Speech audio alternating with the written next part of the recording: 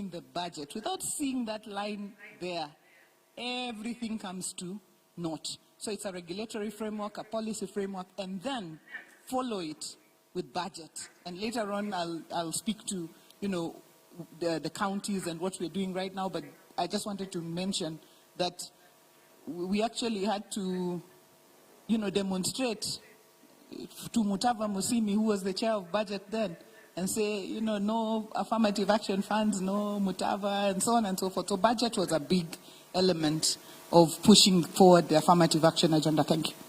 Thank you so much, Your Excellency. And we remember that. We remember that. Yes, please, you can clap for her. We remember the battle, and we want to appreciate you, as one of the pioneer affirmative action recipients through the women's rep seat. I hope people remember that the women representative seat is actually an affirmative action seat. But to show just how far you can go, just by entrenching affirmative action. And we want to appreciate also what you did as the chair of the Finance Committee in ensuring budget lines to critical areas. So part of that affirmative action, when your voices are on the table, it actually matters. You can direct budgets to critical areas that need support. And so we want to appreciate you for that and how far it has come. Allow me to now come to you, Mr. Hassan, and thank you for being the only man on this panel. But at least, you have brought the diversity necessary. Yes, we applaud him. We thank you so much for being with us. The sole mandate of the National Council of Persons with Disabilities to facilitate disability mainstreaming in programs in the public and private sector.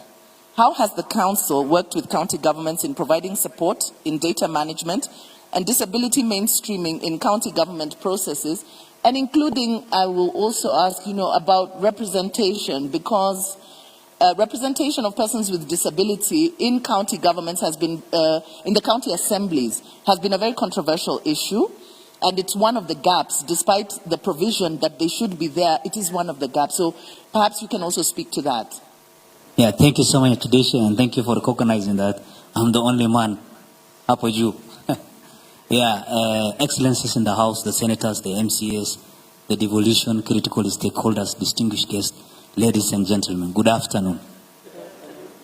Toward this conference, the COG organized Children's Devolution Conference a month ago.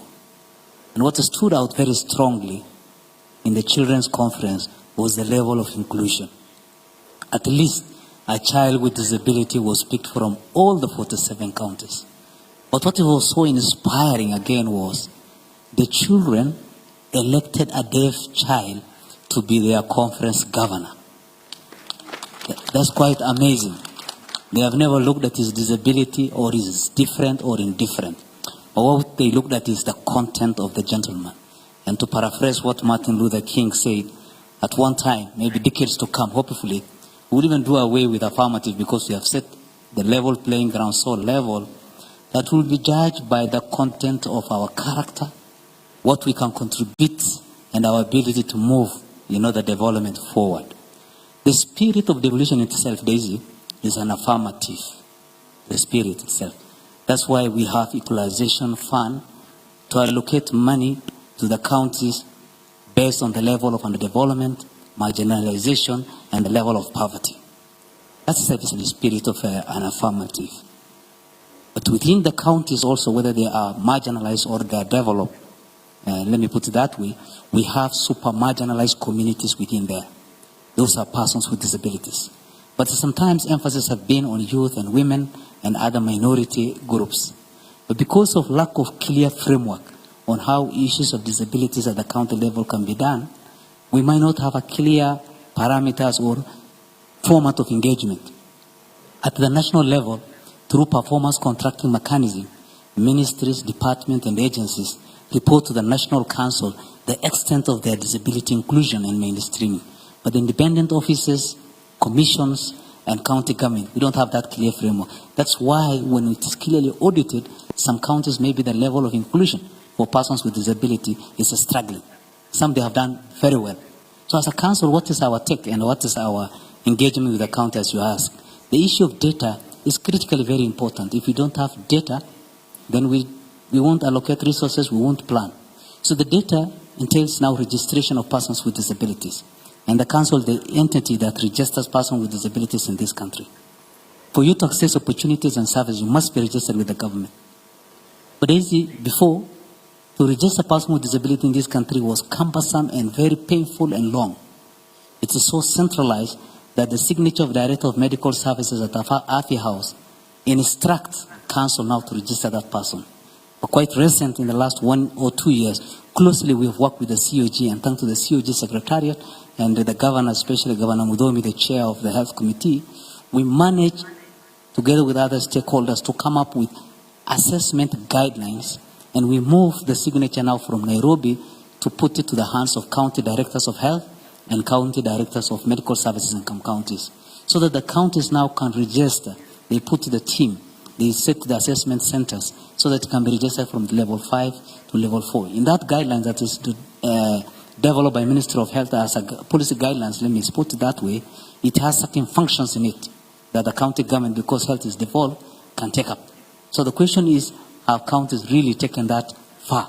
The issue of, accessible assessment centers, putting, equipment in place, devolving further to the ward, that's the last mile, such kind of a thing. Because data is critically a very important thing.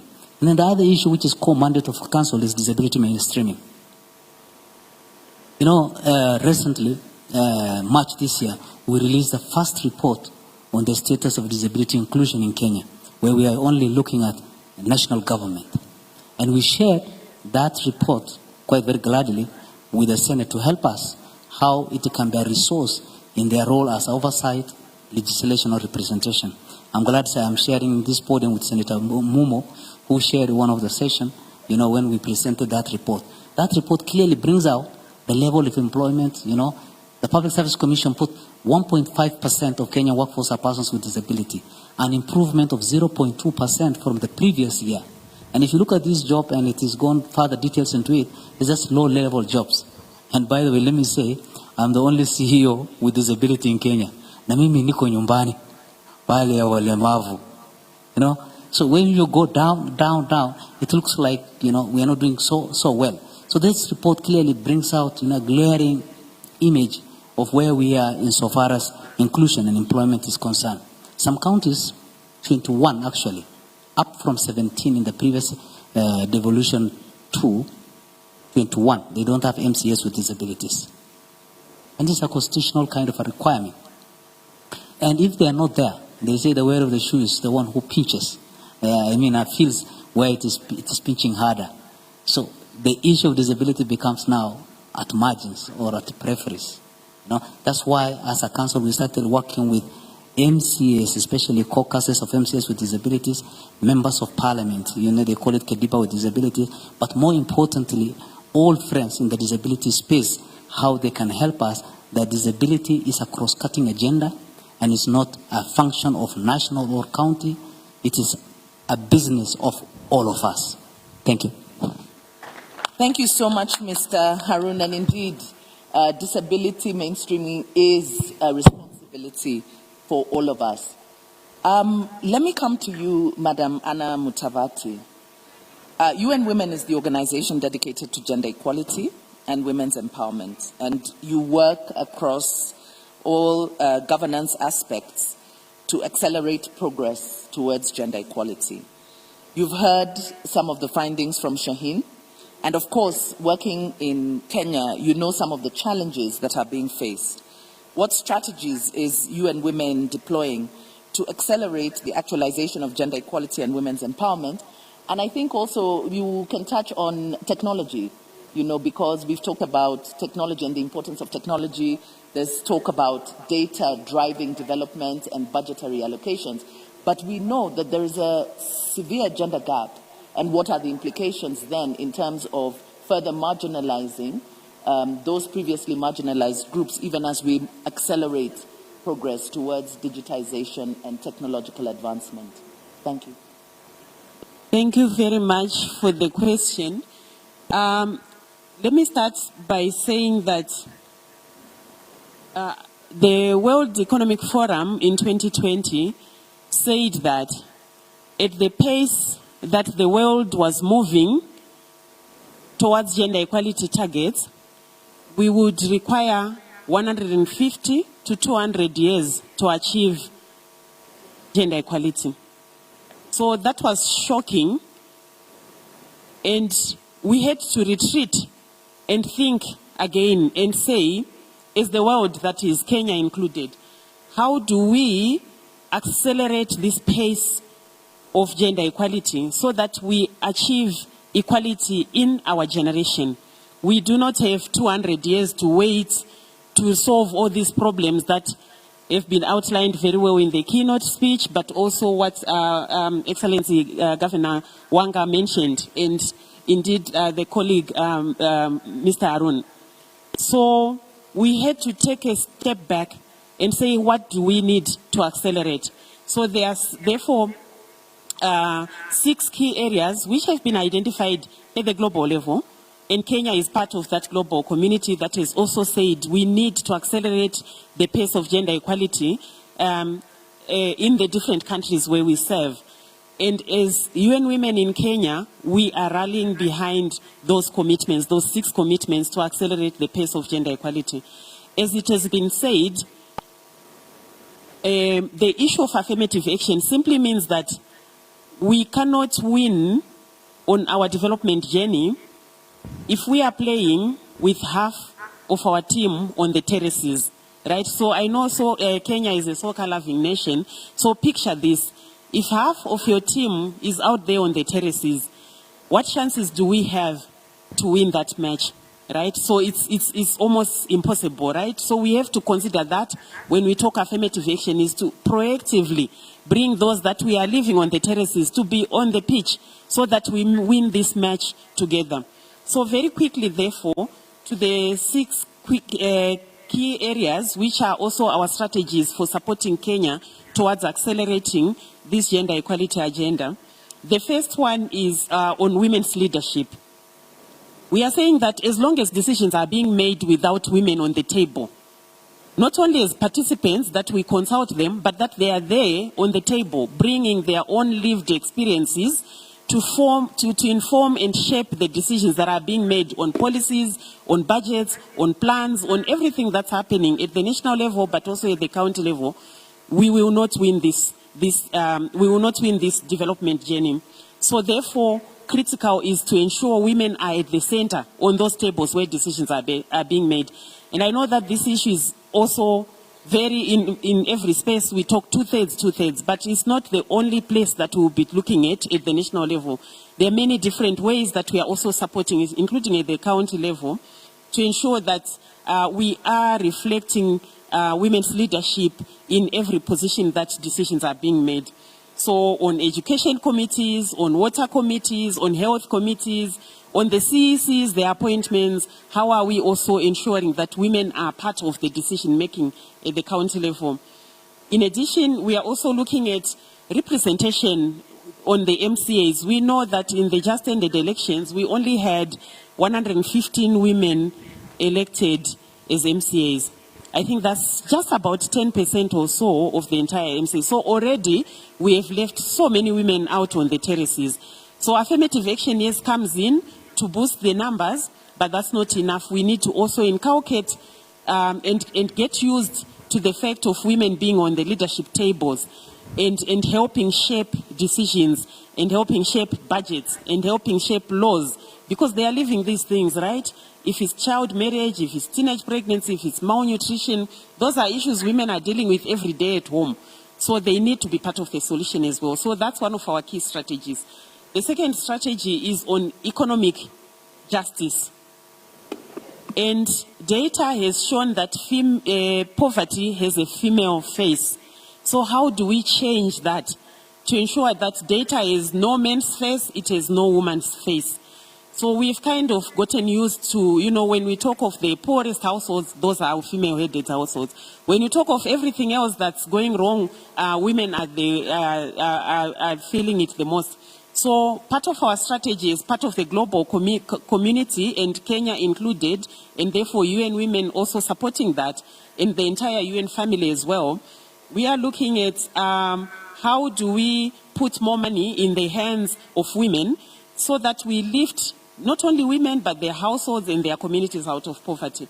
So for purposes of this discussion, we are looking exactly at what Honorable Gladys Wanga said, the affirmative action funds, but to follow them up, yes, with training so that they can really be useful, right? We are also looking at the affirmative government procurement opportunities. How much are your counties procuring from women in business? And are you reporting regularly so that we can also track how your county is doing? We are also looking at reducing the burden of unpaid care work at home, because we know that with all of that, women will be kept at home all the time and not really contributing meaningfully in the development of their families economically. The third area, very quickly, is on ending violence, all forms of violence against women. And here we are looking at how counties and, of course, the national level can be supported to ensure that we have large prevention programs that are going on, changing social norms that tolerate and make it okay for women to be battered, for girls to be raped, for children to be married off at the age of 12, for us to normalize as a country high prevalence rates of teenage pregnancy. So this is the support we are giving to say, how do we change the social norms that make it okay for these statistics to be the way they are? And then we're also looking at FGM prevention and response. We are looking at counties budgeting for safe shelters in their counties so that when a woman's life is at risk, when a girl is at risk, they have somewhere they can go to until the danger is past, right? So what investments are we making, therefore, as counties to ensure that at least there is one safe shelter that you are supporting, that you are responsible for, to ensure that lives are not unnecessarily lost. The fourth area is on sexual reproductive health and rights. Again, here, let me just emphasize what my colleagues have already spoken about, and this is the issue of teenage pregnancy primarily. I think the data that has been mentioned by the keynote speaker from UNICEF is very clear about the counties that are doing very badly in terms of teenage pregnancy and child marriage. So I think as counties, we want to know where do we stand, and this is the Kenya Demographic and Health Survey of 2022. So we are here to help think together as communities and say, why is it that our county is doing so badly on teenage pregnancy? What can we do? How do we engage the communities? Because it's all about also social norm change, but also the safeguards we need to put in place so girls stay in school and not become mothers when they are children themselves. Then the fifth area is on climate justice. Again, looking at climate change around us. Gone are the times where we used to say women are the victims of climate change, you know, that they are only there to mop up after damage. Women have some solutions as well. So how are they being involved in all the awareness raising, in all the skilling, in all the tools, so they understand and become agents also of adaptation, mitigation, and prevention. Last but not least, to your question as well, the issue of technology is going to be, as we saw during COVID-19, technology is not just the future, it's right now with us. So if you are not technologically enabled, you will be left behind. And it actually goes against everything we are talking about in terms of inclusion.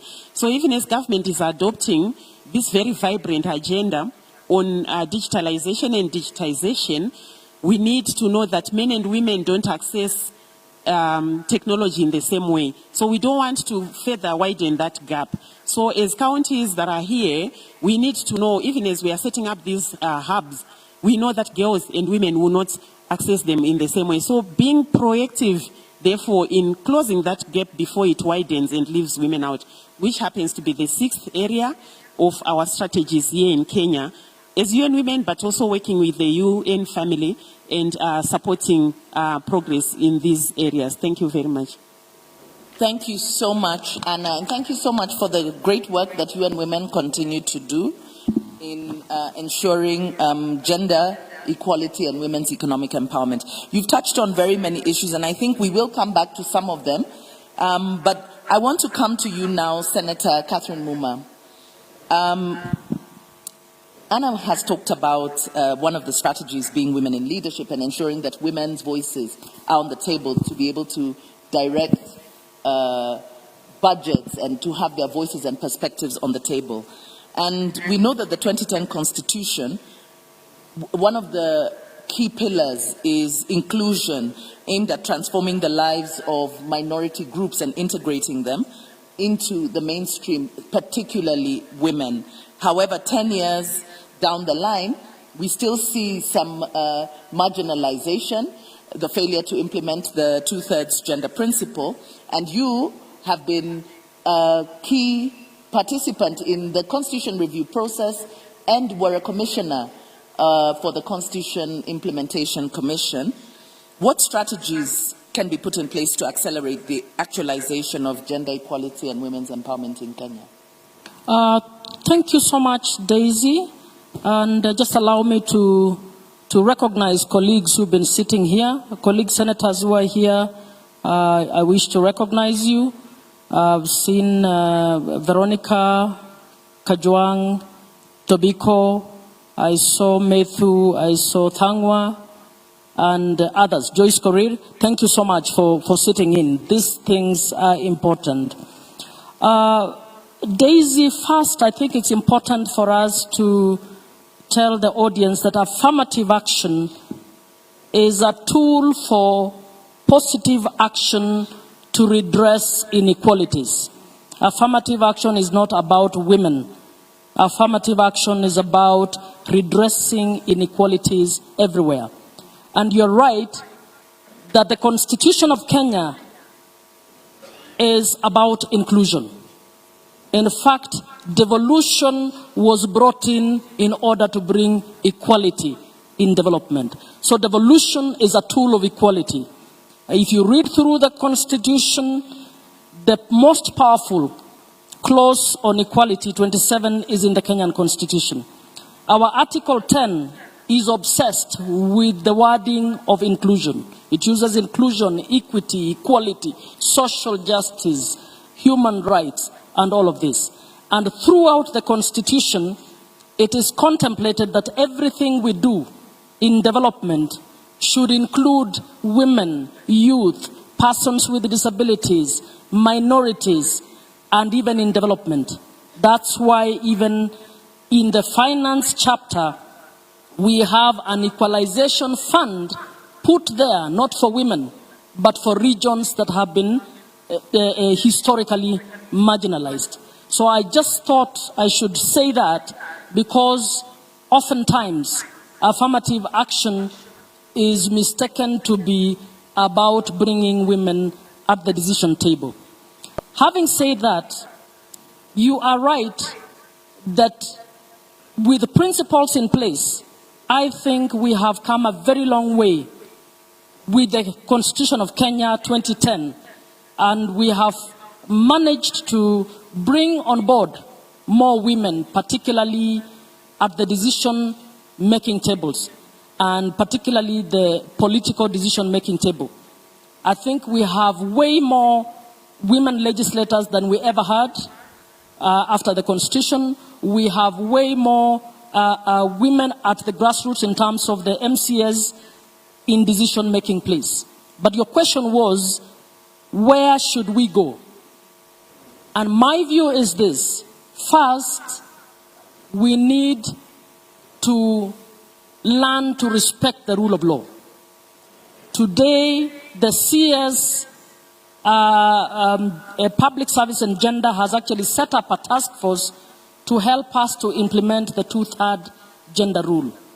The courts have ruled on this, but we have become a lawless country. We don't want to straight away just respect the rule. I hope, Daisy, this task force which you are co-chairing will finally deliver on the two-third gender rule in political spaces. But we must go beyond two-third in National Assembly and county assemblies. And we had a pre-conference workshop with women MCS from Nandi, Elgeyo Marakwet, and Uasin Gishu, and this is women senators. One of the women senators' agenda is to try and get all the devolved government legislators to understand our role on oversight in order to also ensure that implementation of not just the two-thirds, but of other ways of bringing inclusion is done. So one of the things we want to do is to oversight how every decision table in every village, in every ward, has included women, has included persons with disability, has included youth. And that includes the committee, development committee in a hospital, the market committee. All of those are decision-making tables, and they must also respect the two-thirds gender rule. The other thing we need to do is to start carrying out our job on monitoring inclusion in development. How will we do this? We need to actually start looking closely on the implementation tools by national and county governments. The implementation tools include the development plans, and for county governments, this means the CIDP, the annual work plans, and we need to start looking at them. To what extent have these plans factored inclusion of everyone? And it is not about a sentence talking about women, youth, and persons with disability. We also want to see the budget line. How has Uasin Gishu County contemplated how trade in Uasin Gishu is going to involve women, persons with disabilities, and youth? How is the agriculture project within Uasin Gishu going to involve women, youth, and so on? So we need to actually integrate that. And then we are going to monitor the budgets, and we are going to monitor the impacts. Senator Kajwang told you that in the Senate, we have had conversation with the Auditor General, and we want to do impact assessments of what is happening with the monies that are being given to counties and also to the national government. So impact assessments will enable us to know whether the livelihoods of men, women, persons with disability are moving up. And then finally, on what we need to do is actually think futuristic. How well are we protecting our future generations? Chair of session, I don't know whether Kenyans know that between 2016 and 2022, 2.3 million adolescent girls were pregnant. Among these, we had 143,000 10 to 14-year-old pregnant. And the statistics show that averagely 42% of adolescents are experiencing sexual gender-based violence within their homes, in the schools, in the communities, even within the churches. And within, boys and girls are actually suffering sexual violence. But we are burying our heads in the sand. We don't want to give sex education. We don't want to protect these children. When you look at the number of prosecutions, they don't even come to 0.1% of the numbers of those children who are violated. Those of you who are lawyers know having sex with an under 18 is defilement. But we don't have prosecutions around that. So what are we doing? 2.3 million generations destroyed for girls. Are we going to have a women's movement in future? So even as we are thinking through how to bring empowerment, we must not kill our future generations. We need in this country to have adolescent medicine. We need to have adolescent-specific programs that are able to work with our girls and boys, because this is the most defining moment of every human being. But in Kenya, we have chosen to ignore it. It is not in the programs. It is not in the policies. In fact, the 10 to 14-year-old are not even in KDHS. They begin from age 15. We know they are pregnant from the information from the facilities, but we don't even factor them in our development tools. I think it is deplorable. So as we think empowerment, we must know that it must mean something for the 10-year-old girl who's watching us. Thank you very much. Thank you so much, Catherine. And even as I move on to the next speaker, I want you to really think about what is it that we need to do in terms of an actionable measure that can be put in place. Because at the end of this panel, we hope to have actionable recommendations that county governments and the national government can act upon. This is indeed a national shame. Kenya ranks number 3 globally in teen pregnancies. It is a crisis, and we definitely have to act on it. Coming to you, Ambassador Carla Mukavi. According to the recently launched report on the status of women in agri-food systems, increasing women's empowerment is essential for women's well-being and has a positive impact on agricultural production, food security, diets, and nutrition. And I think, Shaheen, in your presentation, you talked about stunting and poor nutrition also as some of the negative outcomes that we are beginning to see. How is FAO planning to support county governments in the implementation of the recommendations in order to ensure women's empowerment is a consistent policy goal in agri-food systems? And let me also add that we would also like to hear issues around land ownership, because that is also a very contentious issue. And you know, in Kenya, land is very emotive. However, women have been marginalized culturally, traditionally, legally, from land ownership, and it does have an impact on their empowerment. Over to you. So thank you very much, Daisy, and good afternoon. Really recognizing excellencies, governors, senators, and also fellow panelists. Let me start by saying that, of course, FAO is the UN special agency that leads the international efforts of defeating hunger and ensuring food security and nutrition as per SDG 2 of the Sustainable Development Goals. But unfortunately, the world is not in track in attaining SDG 2. And because of that, this will really jeopardize the achievement of the entire Sustainable Development Agenda in 2030. Actually, we are 7 years to 2030. And this is also the case of Kenya.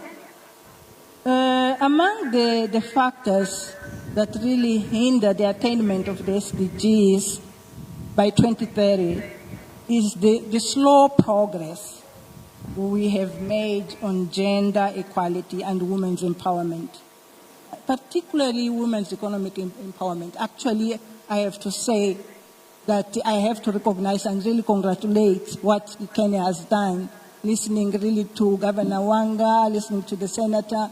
Those are really gains that we have to emulate. But we still, of course, have a long way to go.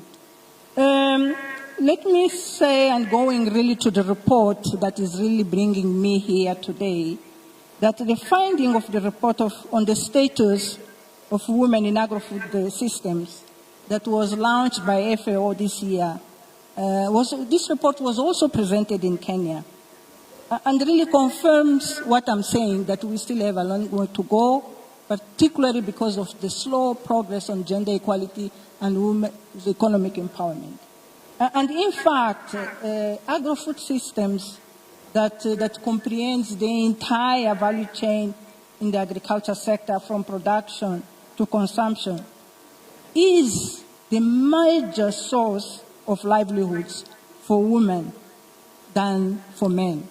And if I look at sub-Saharan Africa, and this is what the report is saying, including Kenya, 66% of women's employment is in agri-food systems. Of course, differently with men. Men are 60%. So women are really the majority in agri-food systems in terms of employment. But despite the importance of agri-food systems for women, livelihoods, and of course the welfare of their family, women's role tend to be marginalized, and you put it well, Gladys. And unfortunately, again, their really working conditions are worse than those of men. They are mostly irregular, they are informal, most of them are really part-time, low-skilled, labor-intense, and therefore vulnerable.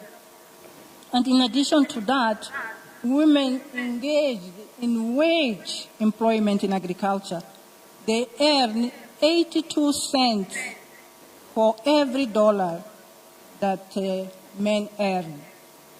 Women are also, they also have high burden of unpaid care, and you mentioned that, Anna, in your statement. And this, of course, limits their availability and opportunities for education and also for employment. Coming to land, let me say here that women's access to land, so access to inputs, to services, finance, and also digital technologies, which are really the key assets in agri-food systems, also continue to lag behind. And in fact, most of the technologies available in agri-food systems are not even tailored to fit the woman's need. So this is a challenge. Access and use to land and land ownership continue to be a huge impediment. And here I'm coming rightly to the questions that you raised, Daisy. And I want to say that, for instance, in the case of Kenya, is really less than 2%. So we still really have a long way to go.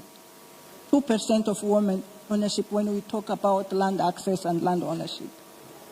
And with regard to access to land, countries in general have made really considerable progress in terms of legal framework. And here I can also cite, in the case of Kenya, the Kenya 2030 Constitution. The gender, actually, it has been mentioned, the famous gender that rules that no more than 2/3 will be of the same gender. The Land Act, the Land Registration Act, and the Matrimonial Property Act. It really further ensures that, and reinforces that, this rule, and really ensures the equality. But unfortunately, implementation is not really happening. Are we really ensuring that this is happening?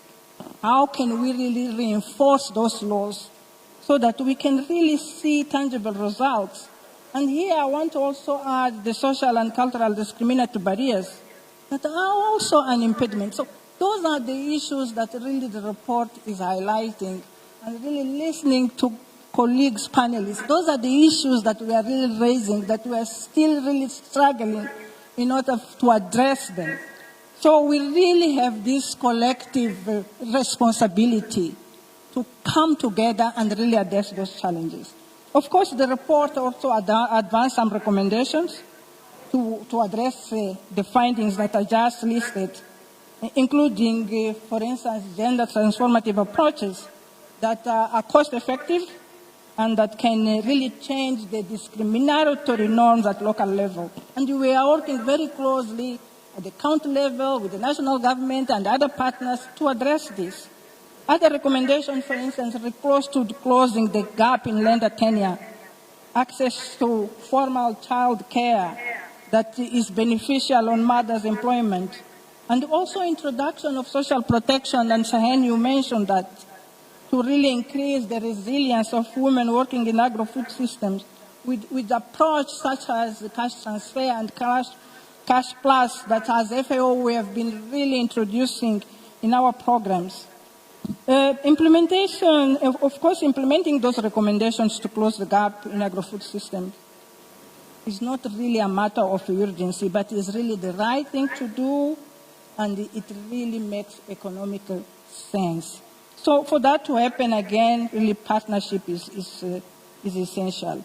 At FAO, let me say that gender equality and women's economic empowerment is really mainstreamed in our programming and in our monitoring and really reporting. We really measure gender against, of course, our outputs, our outcomes, and indicators. And I understand that this is really what we also aim to see if we look, of course, at our laws, our frameworks, our regulatory. It's really very, very important. And actually, the Senator was talking about monitoring, which the inclusion is so essential. Of course, so many examples that I could really share, but for the sake of time, I will not do so, that are really showing that we are working towards addressing those challenges at the county level. And of course, I should maybe conclude to say that, but all this should really be deliberate, intentional. We have to make sure that we bring it to our policies. This is the only way we can really close the gap, we can really transform agri-food systems in order to really, they're resilient, they're inclusive, they're sustainable, and of course for the transformations that we aim. Of course, if we have time, I can really come with examples, but I really wanted to present the findings of the reports and to say that we really have to come together to address, because there are still so many challenges, particularly with regards to women in economic empowerment. Thank you. Thank you so much, Carla, for that. And I agree, we need to be intentional. And once again, the issue that Senator Catherine Muma raised of the rule of law, that we actually just implement what the law requires. And that also means that we be intentional. Let me come to you, Madam Grace Wasike. You have heard many of the challenges, many of the benefits, and some of the challenges that have been faced with the various affirmative action measures that the government has put in place. And the Kenya Kwanza government has the bottom-up economic transformation plan, BETA, which focuses on delegating decision-making powers from other levels of governance to the local level. How is the State Department for Gender utilizing the bottom-up economic transformation plan to support county governments to integrate affirmative action into their plans and processes? I will ask you, please, 5 minutes. Okay, thank you, Madam Session Chair. Allow me, first of all, to convey the apologies of my boss, who is the CS Public Service, Gender and Affirmative Action, Honorable Aisha Juma. So I would just like to write on to what my fellow panelists have already mentioned, most of the things about affirmative action, but I would wish to just add on to what Senator Muma has defined affirmative action to be. Let us look at Article 260 of the Constitution to also get more information on the definition of affirmative action. It's not about women, but it is a strategy that is supposed to address issues concerning historical injustices of discrimination and other areas. So now to the question about what the ministry is doing with regard to supporting affirmative action plans and processes. The ministry has come up with so many frameworks, including policies, that are supposed to support not only county governments, but also the other government agencies.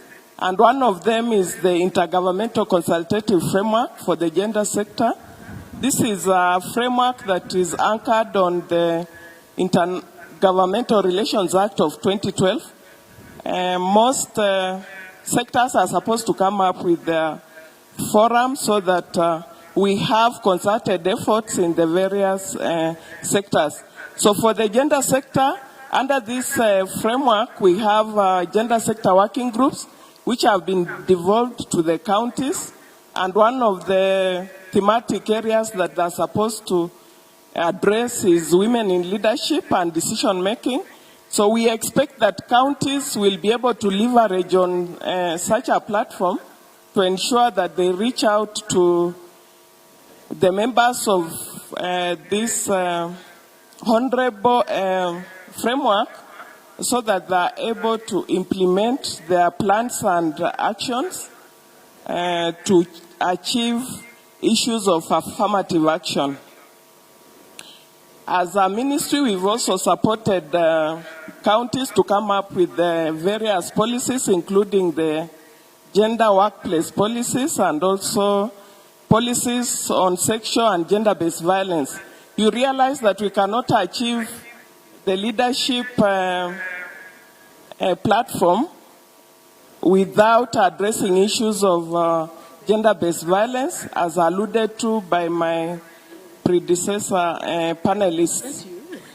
So we've supported the counties in terms of technical capacities. Most of them have come up with those policies, gender policies, that will be able to guide them on how to implement issues gender. As a State Department for Gender, we've also come up with other documents, including a manual on training women in political leadership, and this was used a lot during the previous elections, where women, almost 2,000 women, benefited from the trainings from various stakeholders and partners, including the State Department for Gender. We've also come up with a strategy on achieving, a strategy on SDG 5, on achieving equality for all women and girls. So this is a strategy that was developed in 2020, and we expect it to run up to 2025, and it will be supporting and guiding government institutions on how that goal should be achieved. Last year, we came up with gender mainstreaming guidelines for the public sector, and we expect that counties make use of this document to analyze their institutions, undertake gender audits, and be able to come up with strategies that will support gender mainstreaming in the counties. We've also had a national women economic empowerment strategy of 2020 to 2025, and this is a document that we are reviewing to align it to the BITA agenda so that it is current. But it has been in place, and we've been disseminating it and ensuring that it is adopted by the various stakeholders. Apart from the unpaid care policy that the country representative for UN Women mentioned, we are also going to come up with a national policy on affirmative action as mandated in the executive order to the State Department for Gender and Affirmative Action. And lastly, we have, I'm not going to mention all the frameworks, but I've just picked on the key ones.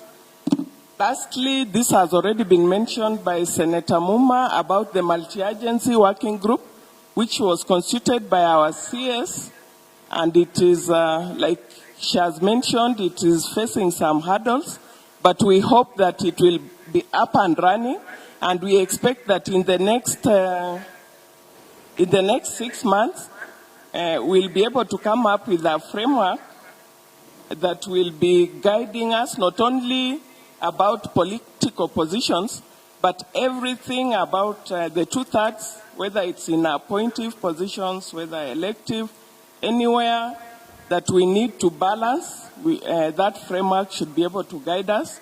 And as the group, the multi-agency group starts its work, we'll be expecting that it anchors most of the provisions on the Constitution, including articles such as the Article 10, Article 27, 81, 97, 98, 100, 175, and 177. I know it is a team that has strong brain, so we'll be expecting a lot from that team. And we hope that we'll be getting an answer on this elusive two-thirds principle that has not been realized since the promulgation of the Constitution. Otherwise, thank you, and I return it to the session chair. Thank you so much, Madam Grace, and we appreciate the work that the ministry is doing, and we expect some good success. Wangeshi, you have heard many of the challenges, and of course, I've been working to address many of the challenges that have been faced, from gender-based violence, the crisis of teen pregnancies, adolescent health, and women's economic empowerment. We know that one of the affirmative action measures that the government has put in place is AGPO. And while AGPO has the opportunity to be a great game changer, we know that there has been a low uptake and there are very many challenges related to it. You, as a civil society actor crew, what deliberate and strategic support towards increasing access to AGPO, but also addressing some of the challenges like issues around GBV and shelters that are there to house women who have suffered gender-based violence? Thank you, and I'm very, very delighted to be here. Daisy, that's a very loaded question. And you have only 5 minutes. And I only have 5 minutes. But let's start from AGPO. And for me, why AGPO is important, because it's an affirmative action procurement opportunity so that women, people with disability, but also the youth can be able to access. But when you look at, data is the one that really tells us what is happening. When you look at the uptake by women is 8.8%, for the youth is 7%, for people with disabilities 1.2%. What does that tell you? That's about 17%. And if we are talking about 30% and we are just above average, then there are issues there.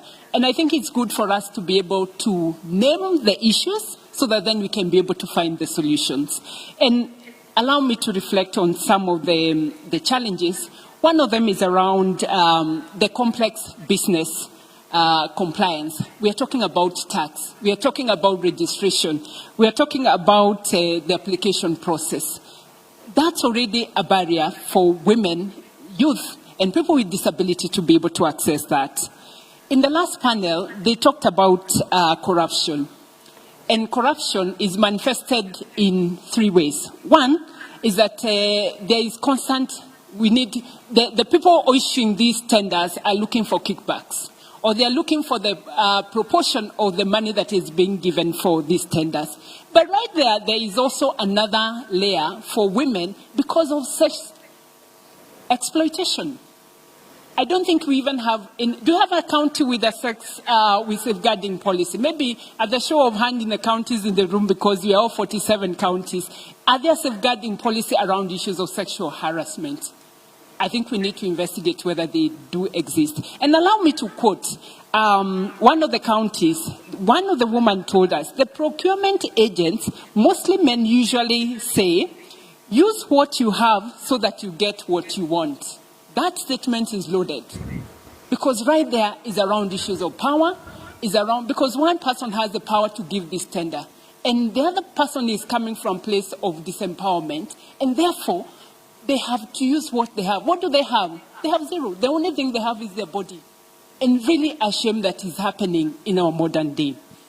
And then when you look at what kind of business are women and young women and people with disability doing in terms of this tender, it's the lowest of the values. They clean, they supply tea, they supply stationery. Vitu za chini, when you've eaten bread and kumebaki crumbs, that's what they take. What does that tell you? That the kind of businesses that they are doing, they make very small margin. Never mind that even when they have that tender, to go and get financial support to be able to, they can walk with their tender LPO to a bank and say, I've come with my LPO and I'm looking for financing. First and foremost, the bank classified them as they are not bankable. They have no credit history. They haven't been able to do business. So how are they ever going to access credit then to be able to supply? And then the final one here is around the amount of time that takes to be paid. It takes 1 year, it takes 2 years, it takes 3 years. Why? I already did the business, just pay me. And right there, also issues of sexual exploitation do happen. So there are many issues and they could go on and on. But what is it that we are doing as an organization? One, we are getting out there to tell women, yes, AGPO exists, but also helping them to navigate all these challenges, including, for example, compliance, because compliance keep coming all the time. And then one other thing that we're doing is to get even into the radio spaces at the community level so that we can be able to talk about the existing of these opportunities. Also very, very important is that we have an open governance partnership where we are looking how do we advocate more so that this process is transparent, this process is fair, and is also accountable. Because when the tender is put out there, how many women get to know? You must be close to power to be able to understand that it does exist. So there is work that needs to be done out there so that more women can be able to access. And then around financial inclusion, and allow me to share a model that we have done, working very closely with 3 partners, supported with MasterCard Foundation, and working with Growth Kenya, but also the Center for Gender and Development. We developed a model because even within the women, there is also another challenges of violence against women and girls. If a woman who is freeing from a home that is violent, she has no title deed, she has nothing she's putting into her name. So we created what we call Jasiri. And Jasiri is a Swahili name that means bold, meaning we must be able to do things that are audacious. 10 years, we can only be talking about audacious things. And we set this fund to be able to work with women who are survivors of violence.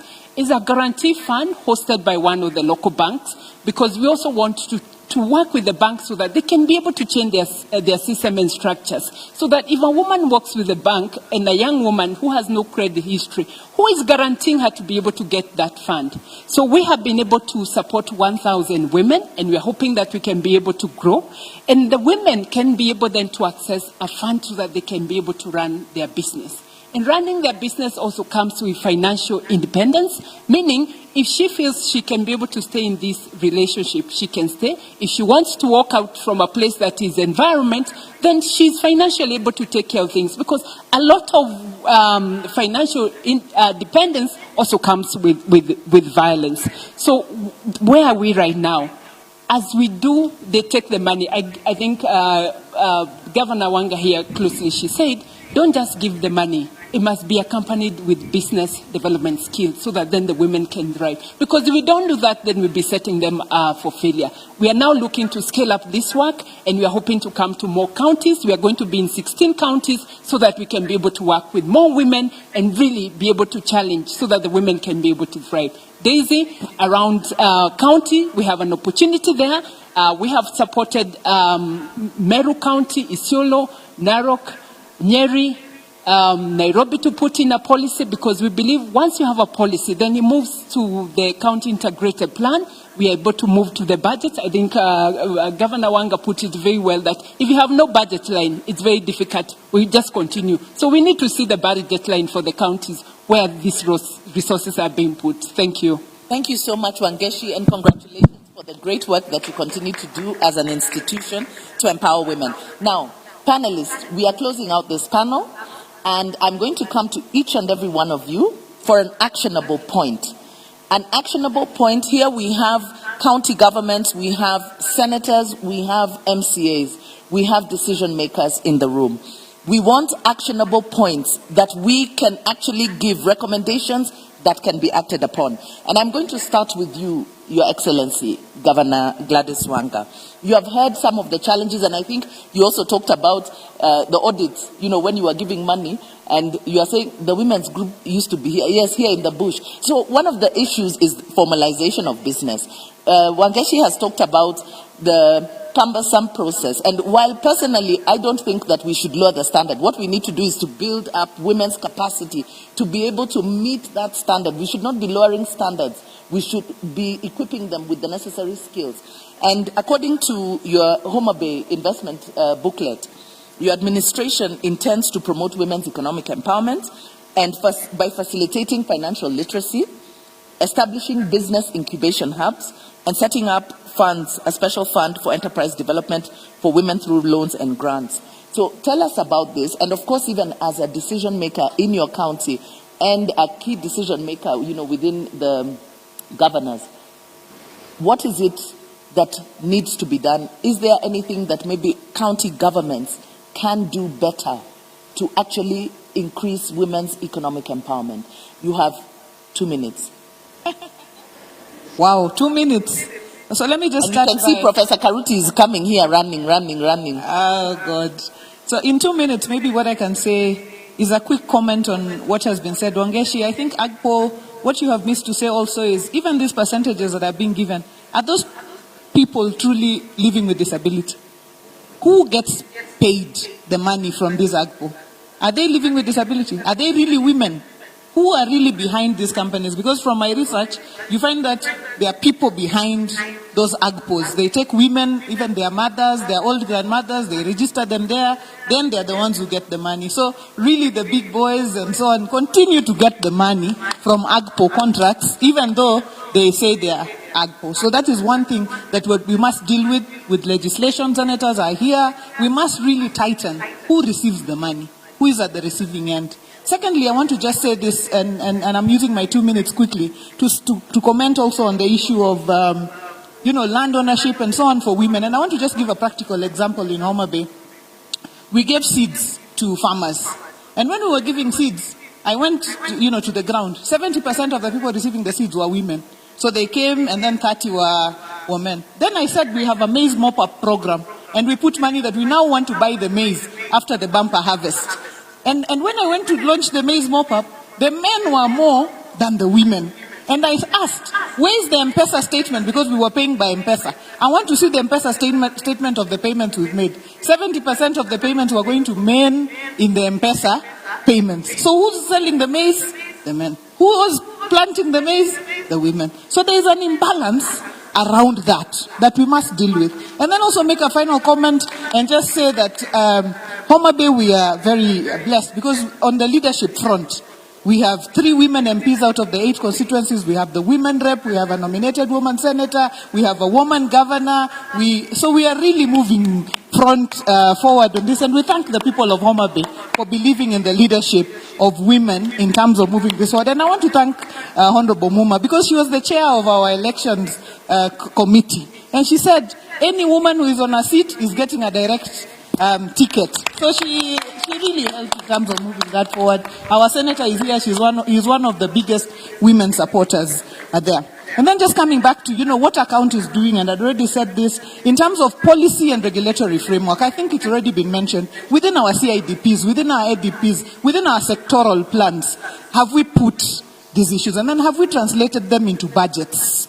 Because without budget, really, even if you have a beautiful plan, it will go nowhere. And I'd just like to say in Homa Bay, we've put 80 million for an enterprise development fund to look for women traders and see how to support them. We've put 40 million for border funds to also look at the youth. We've put money for purposes of inclusion of persons living with disability, giving them assistive devices and tools of trade. That is money following the policies that we've put in place. You already spoke about financial literacy, which is a big thing, and then we must deal with the barriers. And I'm just saying this because in Homa Bay, and it was said, the triple threat of HIV infection, gender-based violence, and teenage pregnancies. We are number 2 to Narok as far as teenage pregnancies are concerned.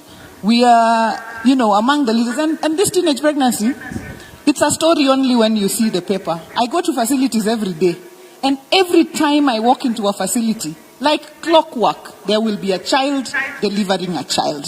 like clockwork. You cannot miss a 16-year-old, 15-year-old, 12-year-old, 11-year-old. So we must deal with it. And what we are doing is working on a framework together with our other partners, NAC and LVST and other many partners, EGPAF and so on, to come up with a policy framework. And we are launching it, I think, next week when there is a Maisha conference, so that we can see how to deal with the triple threat of teen. And we have a governor's mentorship camp where we bring in girls and walk with the girls, the journey of where we need to go. I see many counties here. Governor Otichilo was here. We have county nutrition action plans, which we have to follow as far as, nutrition is concerned. And also right now, we are beginning to implement, flocker programs, putting women at the center of climate action, because climate change also affects disproportionately the women. I don't know, I've done 2 minutes. Anyway, thank you very much. Thank you so much, Your Excellency. And we want to appreciate you for the work that you're doing and giving visibility to women's leadership. We've seen your kazi yako inaonekana, and we celebrate you and all the women who are so visible. Even though we are still the minority in leadership, you people are showcasing just what women can do. Congratulations and thank you. Let me come to you, Senator Catherine Muma. We have talked about the issue of teen pregnancy, but still, I've not heard an actionable point here. Her Excellency Gladys Wanga has just talked about, you go to the delivery room and you are not going to miss a child. And somehow we still are not, angry enough or even ashamed enough as a nation to put in place measures to rescue these girls and to rescue our country, because the implications for us as a society are grave, because this is about the future. You're talking about 2.3 million generations. You are the one who mentioned them. And the longer a girl stays in school, the development outcomes are better. Personal outcomes and development outcomes. I want from you in 2 minutes. Thank you very much. Actionable point. This is something we must do so that when we come back for the next Devolution conference, we talk about the strides because it was done. That will be my last point on that particular one.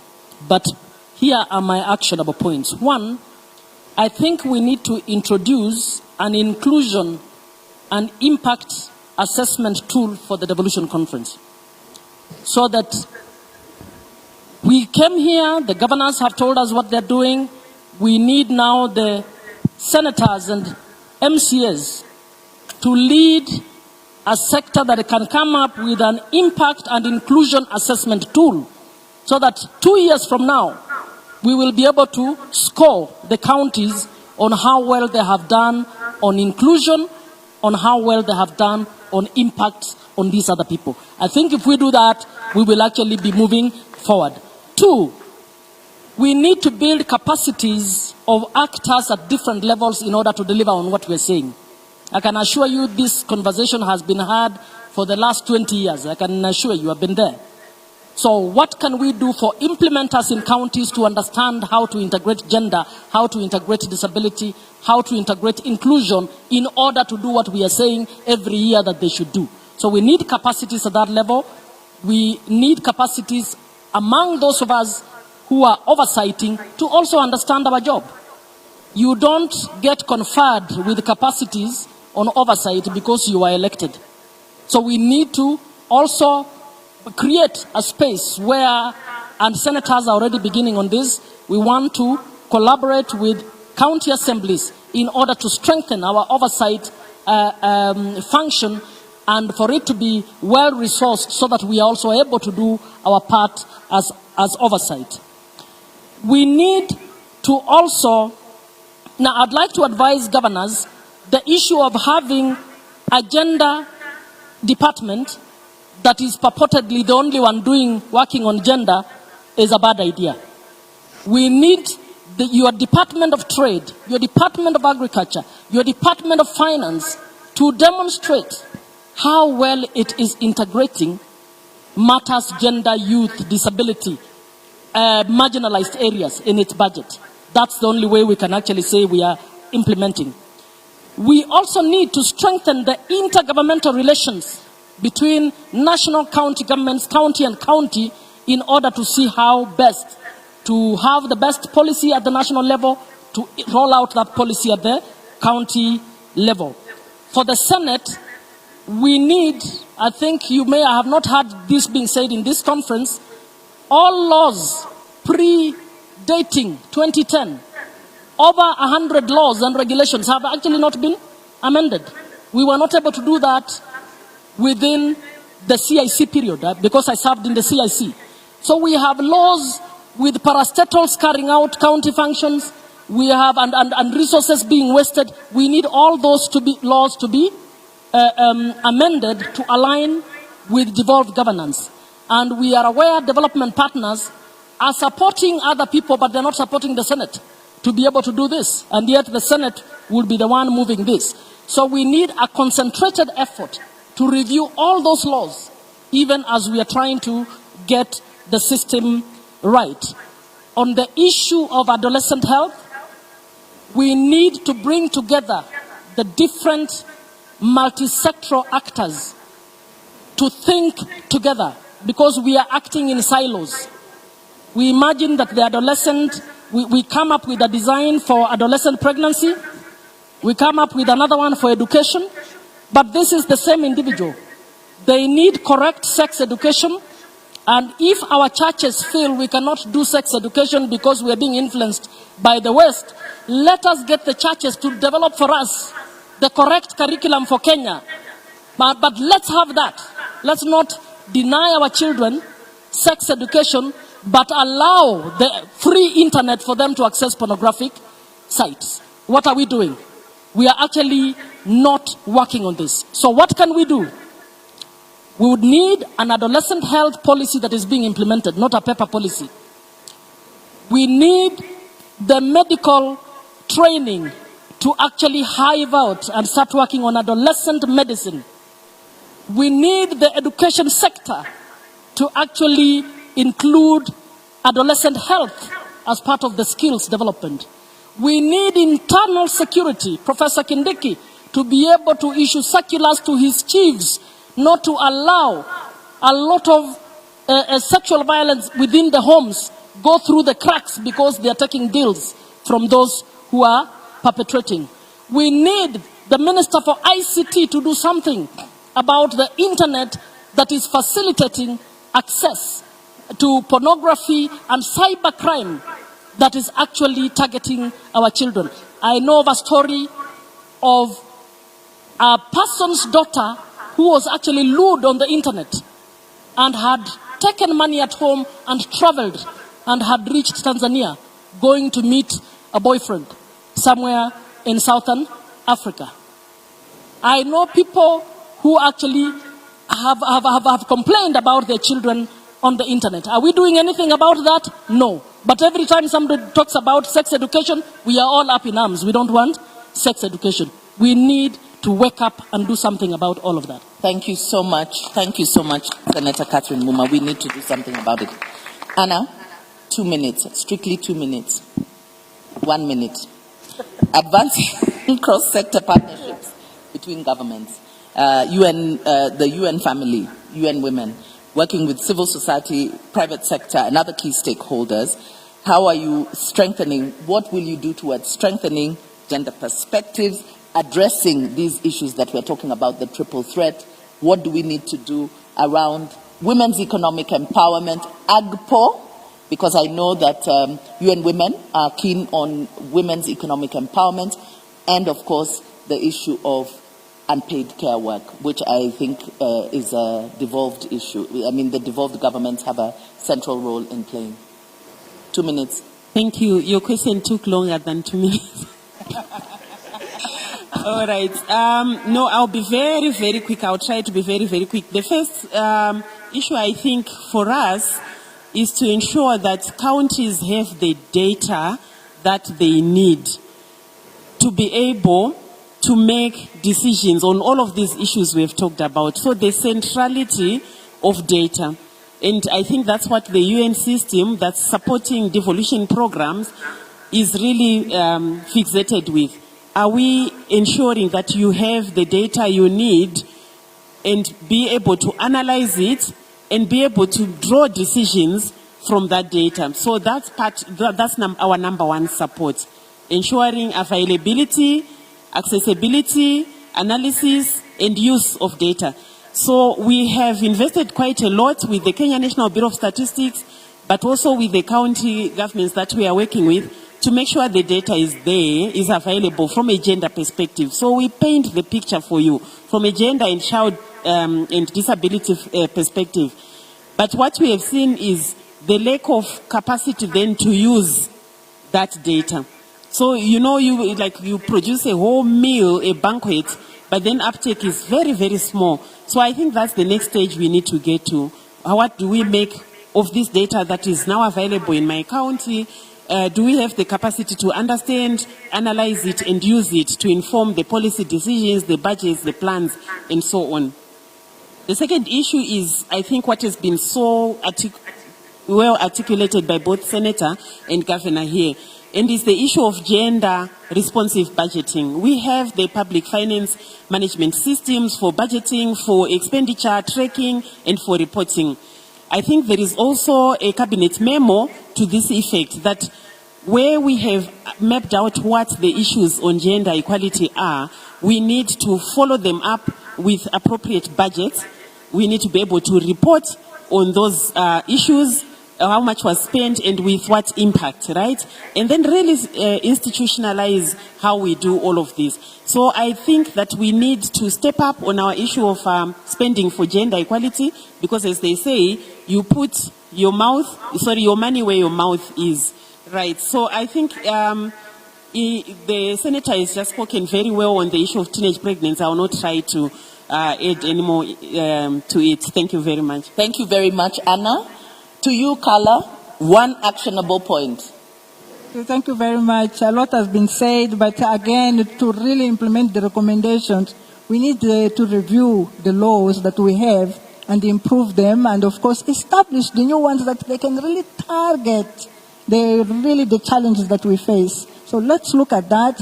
But for that to happen, again, I agree, funding. Funding is really critical. If I look at the agri-food systems again, His Excellency the President on his inaugural speech, he spoke about really to unlock the potentials in agriculture. And to unlock those potentials, we have land, we have a market, and we have a vibrant workforce, women and youth. But we can only do that if we really fund. With less than 10% that we have agreed in Malabo, we cannot really create all those, let's say, infrastructures that we need.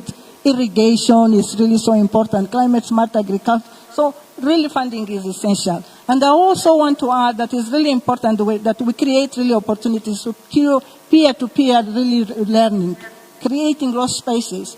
As we implement our project as FAO, we really make sure that we create the spaces where the communities, with the leaders, they come, they share, they raise those issues. And we have seen that in those cases, even GBV really reduce and other challenges that we face. So I think this is data. Actually, it's really essential. We cannot really measure what we don't account for, and really establishing tools so that we can track the progress. It's really critical. Thank you so much, Carla. To Mr. Harun. Yeah, thank you so much. One actionable point. Yeah, full implementation of disability categorization assessment guidelines, which is now a fully devolved function, a policy guidelines from Ministry of Health. As a council, we have already trained all county directors of health, 47 out of 47, and over 300, members of that team. And since this is the most important thing insofar as data is concerned, there is activity, there is function there that county government need to really pick it up so that we can have accurate data. Right now, the conversation is at the COG, the Secretariat with us, and a few times also with the COG Health Committee. We want the county governors to make it a resolution and to cascade it down that this is a requirement. And then county disability framework. Many counties don't have county disability framework or county laws. Few of them have. Like Wajir, for example. The other day, Shaheen and I were in Wajir, and the county government of Wajir interestingly came up with a law, and they have allocated 40 million, and they're implementing cash transfer program of over 8,000, 4,000, even double what national government. That's what we really need to look at, so that even in areas where the counties there is no MCAs or there is no that maybe goodwill or whatever, for lack of a better word, that legal framework can help them. Because government also has introduced amendment to the Disability Act that created National Council, for example, the only piece of law which has not conformed with the current constitution. And in that bill that is already with the National Assembly and also with the Senate, there is a whole chapter in the county, making it that there is a clear framework on how matters disability will be addressed. We had also a conversation, I have to mention there, with Prime Cabinet Secretary on issues of performance indicator. There's a bill that's also coming on public performance indicator, which also includes the touches on county government. That indicator around disability in public service delivery will be a mandatory. And finally, disability is on rise. I have to say this. It's not from the traditional causes like polio or measles, because of advance in health, those who are fixed, or because of accident. I'm using this wheelchair because of road accident. Diabetes is maiming a lot. Stroke, cancer, name it.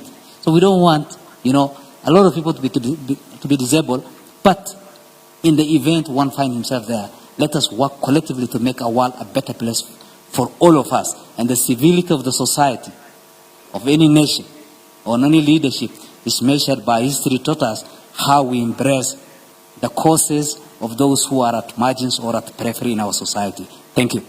Thank you so much. Very well said, Mr. Harun. Wangeshi, 1 minute. Wow. Your actionable point. Thank you, Daisy. I think for me, we have an opportunity because we already have a prototype policy around issues of gender, because gender is around issues of inclusion. If you're able to have all 47 counties having a gender policy, the counties that don't have, they develop, they resource, and fully implement. I will also talk about issues of implementation of two-thirds, and implementation of two-thirds at the county level. We know for the MCAs is already done deal. But when it comes to the appointee, and I'm speaking to the governors in the room, Your Excellence, that's a place that is very, very easy to be able to get the women. And then this gender CC, it's loaded with many things. It's usually gender, culture, education. Wow, it's mouthful. That office needs to be resourced, because if you're really going to be meaningful in change, it cannot be loaded, because those things are too many to be handled by one person. And then let it also be elevated so that it can be able to get the resources that it does require. And finally, working with the MCAs, I think let's support them in terms of their legislation role, their oversight role, but also representation. Because at the end of the day, this is about inclusion, it's about leaving no one behind, and it's about prosperity of our nation. Thank you. Thank you so much, Wangeshi. Madam Grace Wasike, although you are also the one to take action, perhaps yours is not an actionable point, but more a commitment, what you commit yourselves as ministry to do. Okay, thank you, Daisy. So I'll just add on to what the rest have said, that we need to have gender mainstreamed in the CIDPs for counties, because we realize that most counties are not integrating gender in the CIDPs. And we'd also wish that the gender sector working groups are supported at the county level, because we realize that they're having issues with especially financial support. And lastly, I would like to urge the counties to help us as a ministry to spread the good gospel of the re-engineered Women Enterprise Fund, because this is a fund that is now online and it is moving very fast. It was rolled out 1st of July. But right now we have almost 400 million which has been disbursed, compared to what previously used to be disbursed in 1 month. We are almost double that number. But our worry is that maybe there are women out there who are not able to access the fund. Until we do an analysis after the first quarter to know who is actually getting that fund, will not be able to tell whether the far-flanked counties, women are able to access that fund. So my request to the county governments is to help us sensitize the women on the availability and accessibility of that fund. Thank you. Thank you. Yes, I just wanted to say that I have the QR code for the report, a very interesting report with so much data that can really inform our decision. So I just want to say that it's available. I will share as we come down. So maybe Council of Governors will do that. Shaheen, your final point? 1 minute. Right. I think a lot's been said already. For me, the first thing is to start where we are or where we left. So it is about implementing the existing policies, facilities, and practices. But also what is important is we need to walk the talk, and the time is now. Primarily, as all the governor and parliamentarians and others spoke about it, is to ensure it's not just enough to say that it has been included into the plan. Budgets need to follow, then we need to see the expenditures, and ultimately it is about the results and impacts that needs to be taken to scale. In terms of the recommendations that has already been laid out, I would like to emphasize the whole issue about the recommendations that was handed over yesterday by the pre-conference, children's pre-conference recommendations needed to be also looked into it. There's some of the issues that the distinguished panel members have pointed out is something around mental health, teenage pregnancy, a whole lot of issues that has been spoken about it. And the last thing is about across sectors, as Madam mentioned about it, across sectors in the CIDPs, we need to ensure the indicators do reflect the issue of inclusion. And finally, the performance contract must also mention about what are the leadership doing about in the respective counties with respect to walking the talk. Over. Thank you. Thank you so much. Ladies and gentlemen, let's have a hand, big hand for our panelists. I want to thank each and every one of you for taking the time to be here for this important discussion. Affirmative action is a very important discussion, and thank you for taking the time to be here. Thank you. Over.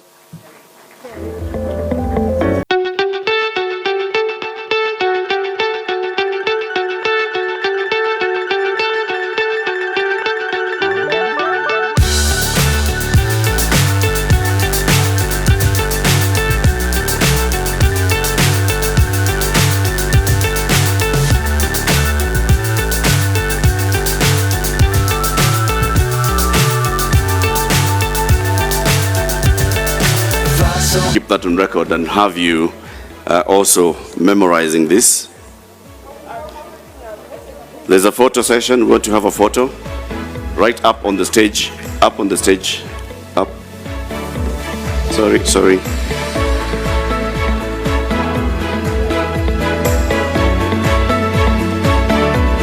Asante sana. Another round of applause, please, for the panel. The moderator, Daisy Mdanyi from Crown Trusts, Dr. Shaheen Nilofa, who's the UNICEF Kenya representative, and the panelists, Governor Her Excellency Gladys Wanga, Senator Catherine Muma. We heard Mr. Harun Hassan, Ann Mutavati, Kala Mukavi, and Wangeshi Washira. Asanteni sana. Thank you very much. Ladies and gentlemen, we are drawing closer to the closing ceremony for this afternoon. As we do that, I just want to recap on what's been happening the last 4 days, from Tuesday to Wednesday to Thursday to today, and what we've been doing. So basically, the Devolution conference began on Tuesday, when we had a couple of activities, and there were some competitions. There was athletics, there was football, but let's start by showing you what happened on Tuesday in the marathon. Watch this. Of pre-conference activity athletics, and later we are going to have a football match pitting the senators and the governors. The reason why athletics nowadays is entrenched in the Devolution program is that we are in the home of champions.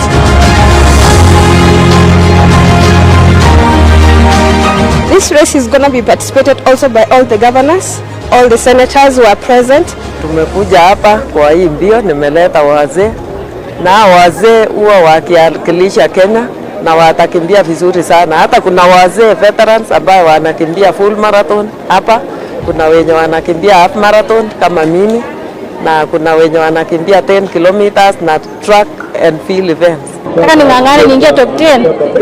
Yeah. At least top 10 tapata something. Bialewa ilikuwa competitive. Nimepumzika tu siku moja. Nashukuru kwanza kwa governance kwa kutoa hii event ambayo tumefurahia sisi wote kama wakimbiaji. At least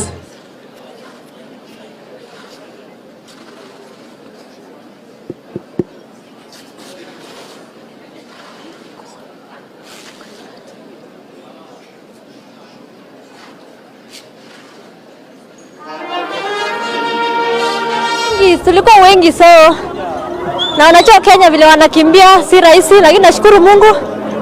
Tunashukuru sana kwa county government of Eldoret kwa kutusaidia hii mbio, na tunaomba wasidishe mbio zingine. Najua ikisema kwamba wanakimbia kwa sababu ya devolution, lazima tu give it to all.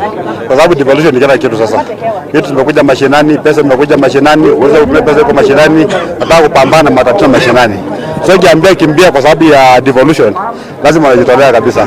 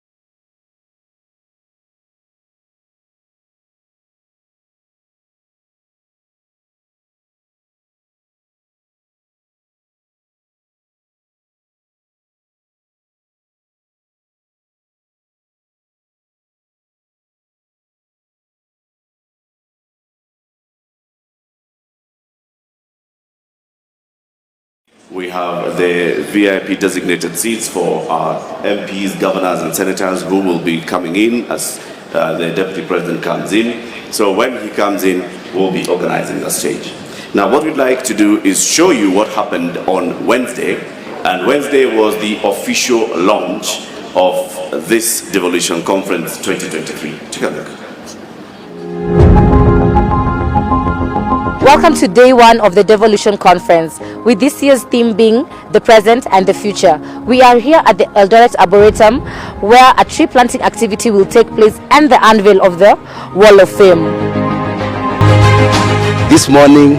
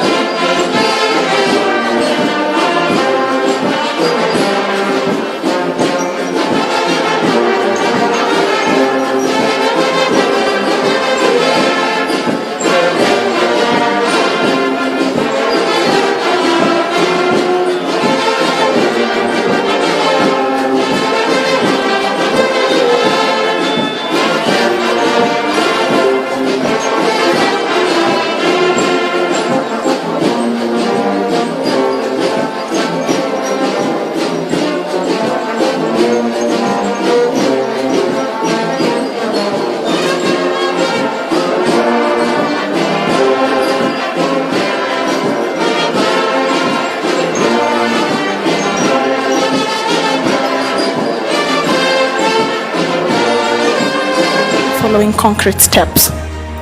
On devolution and children's rights, review all laws and policy to ensure universal access to children's rights, leaving no one behind, especially teenage girls who fall pregnant while in school.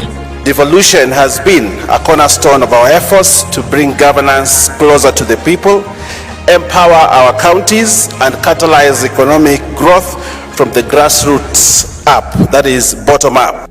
We should spend the entire allocation on development positively, contribute towards the country's growth and service delivery. The discourse in this conference will revolve around Kenya's devolution journey since 2013, the ups and downs, the slips and the skips, the challenges and the triumphs. I want to take this early opportunity to commend the Council of Governors. You have been able to find a way around our sometimes toxic and divisive politics. You have been able to create a leadership that looks past party and political differences and moves you forward as a team. 10 years into devolution, Kenya is a much transformed landscape with an amazing opportunity for rural economic revival and transformation.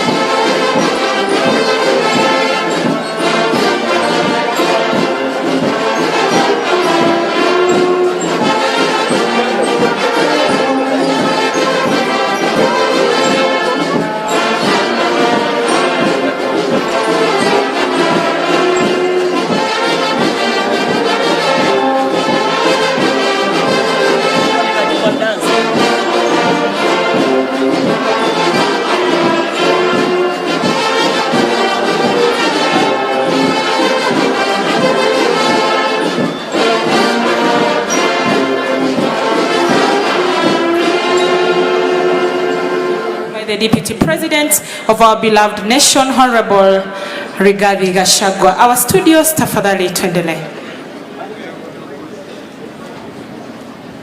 Thank you very much.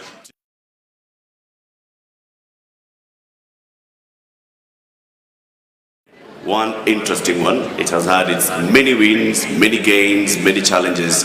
The next video that we want to show you is recapping the journey of devolution.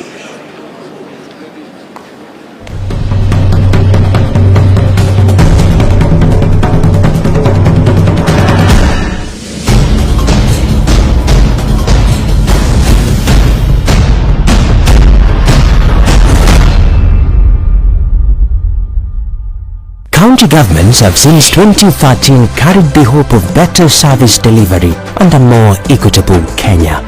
County governments are the real drivers of socio-economic development all the way to the village and community level. The journey of devolution in Kenya is inscribed in a book by the Council of Governors and published with the support of partners. This book highlights the transition from a centralized to a devolved system of government.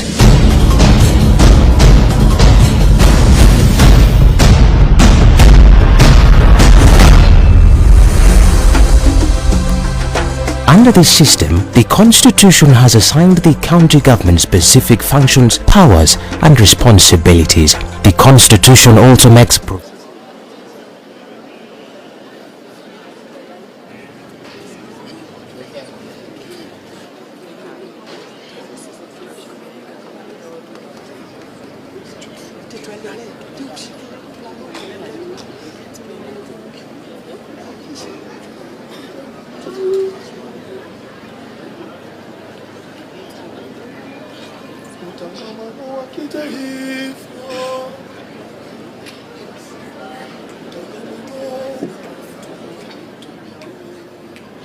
Utangamano wa kitaifa, tushikamane wa Kenya wote.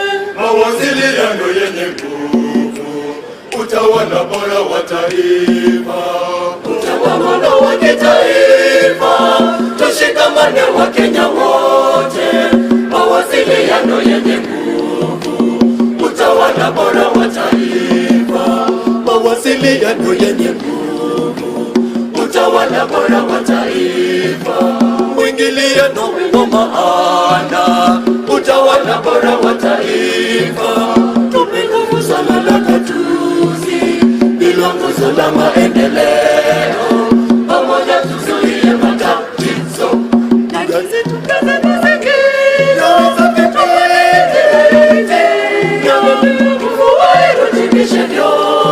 requested to step in and occupy the seats, and then with the help of our ushers, tafadhalini, let's help us get people from the other tent so that we fill in this tent so that we are settled for the event.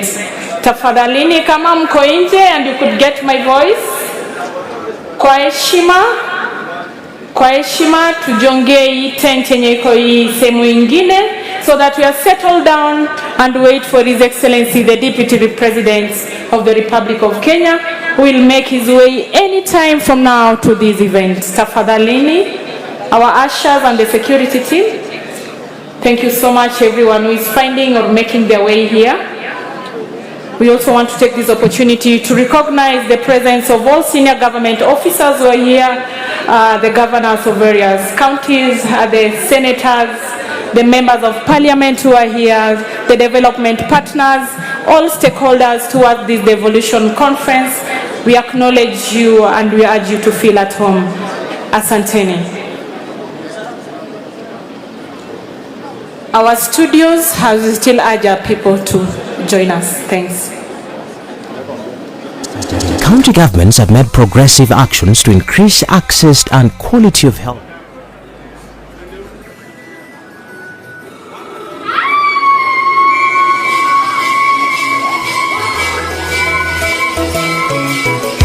Eldoret.